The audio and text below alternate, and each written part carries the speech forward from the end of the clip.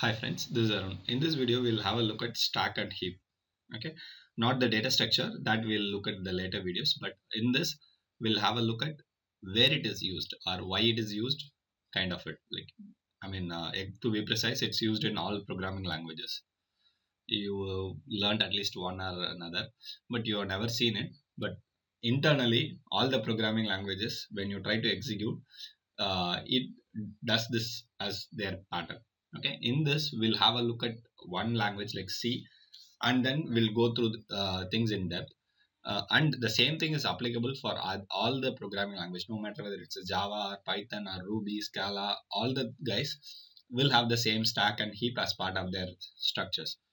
Okay, so typically the memory is classified into three parts. One is fixed memory, which is your code, global variables, static variables.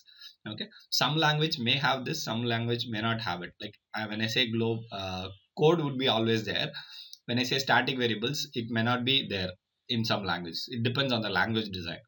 Okay, then comes the stack and the heap. This is mandatory in all the languages, no matter whether you like it or not. It is part of that. Like, so where it is the key. So whenever you declare a local variable or store call a function or write something, so all the things happens only in the stack.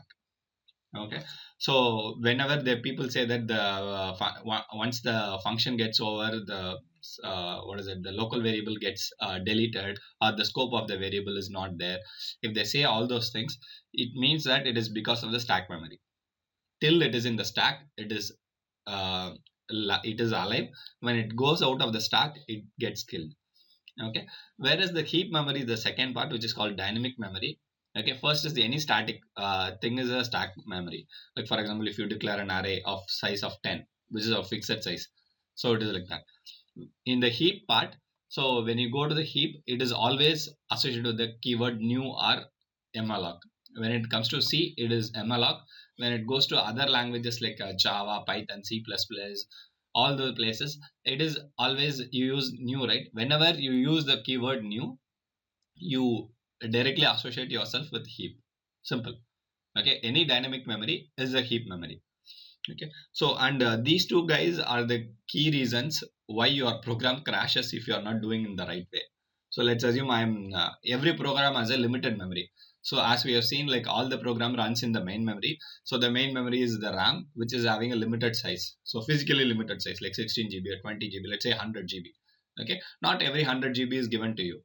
Okay, the OS has a limitation how much in that it can address.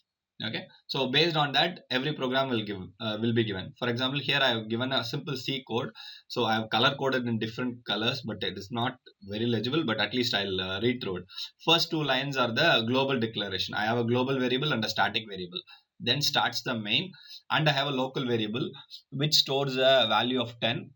Okay, and then a heap value, which is like using malloc. I am getting it. Instead of malloc, you can use new as well. There is no harm in using that.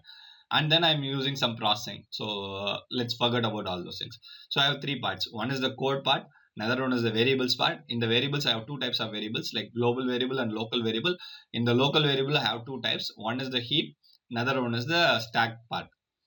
Okay, so the reddish thing is the global part. So the global variable and the static variable is the global part, and the yellowish thing, which is var equal to 10, that is a local variable which is always stored in a stack, and the bluish thing is the heap thing.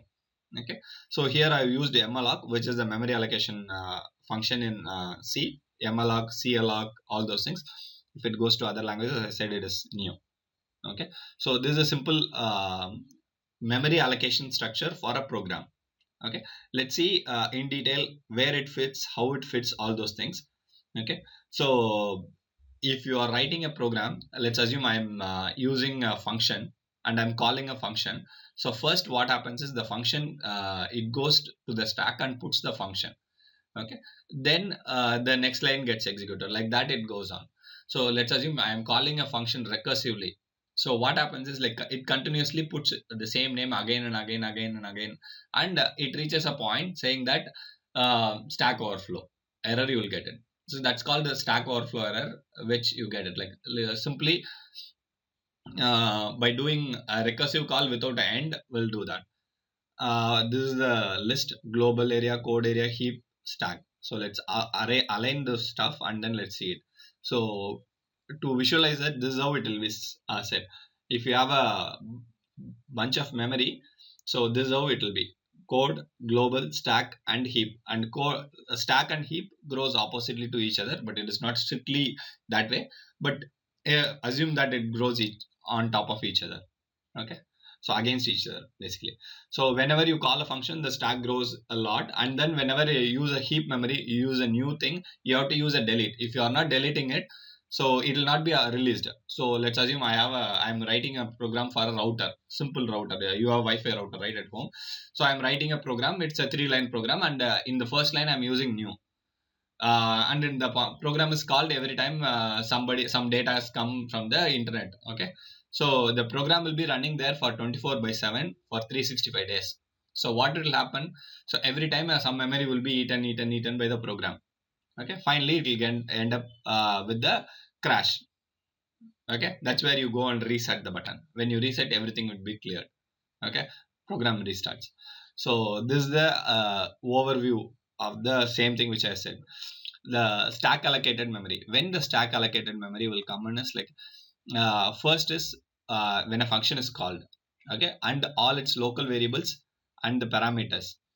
Okay, so the active function is always on the top of the stack. For example, let's assume I have a bottom. I have example like main calls f and f calls g. This is the order. So main goes at the bottom. So first it goes in, then it calls f, then it calls g. So the once I call g and f, it gets vanished one by one.